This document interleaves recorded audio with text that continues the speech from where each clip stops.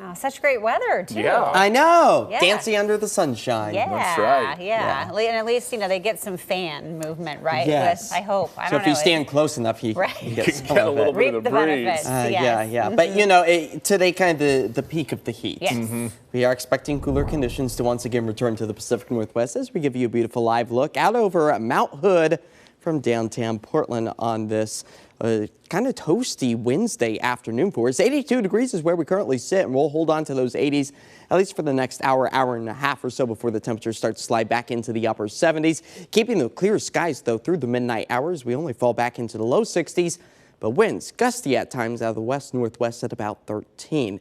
And our temperatures up and down the I-5 corridor, managing to get up in towards the upper 70s to the low 80s. Not expected to get any warmer than that, with 50s and 60s found along the coastline, as the cloud coverage has kind of put a stop on the warming trend out along the coast. But overall, for much of the Pacific Northwest, sitting anywhere from about 5 to 10 degrees warmer than where we were just this time yesterday. A 24-hour temperature difference of a surplus of 5 will drop to about 10 degrees cooler tomorrow as the dry, sunny skies continue to make their way into our area from the coast to the Cascades.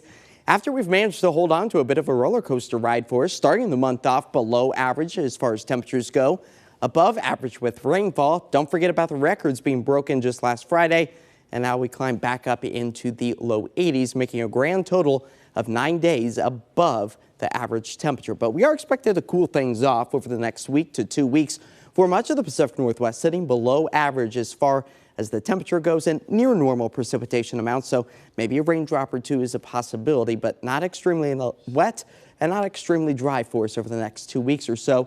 Although we would like to see the return of the moisture to kind of strip ourselves here in the Willamette Valley of the abnormally dry conditions. Just the same for the east side of the Cascades, where moderate drought has once again fallen back over in parts of Deschutes County. But Portland itself, for the month of May, sitting with a surplus of moisture by about a ½ inch, as we've already managed to fill up the rain gauge close to about 1 3/4 inches.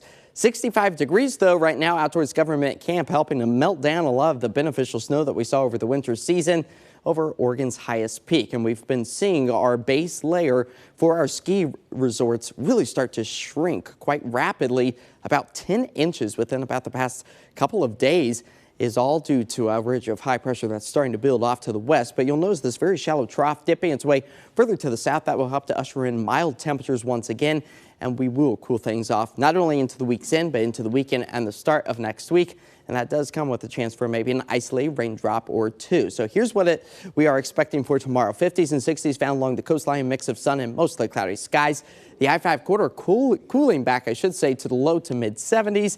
Again, a mix of sun and clouds, a few more clouds in the mix than what we've been dealing with today, with low 80s possible out towards the east, and still seeing those melting temperatures up in elevation over the high terrain of the Cascades. But as we approach the weekend out towards McMinnville, prepare for the UFO Fest.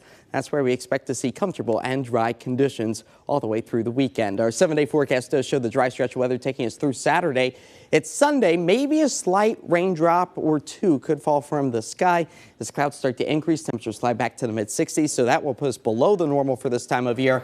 And then seeing the rain chances ramp back up again Tuesday and Wednesday for Election Day. So if you got to take your ballot to the drop-off box, maybe you're going to be dodging just a raindrop or two. Just don't get it soaking wet. Don't get Right. it wet. It probably won't get soaking wet. No, Okay. we're going to be mostly dry. Okay. Okay. Thanks, Josh. Thanks, Josh.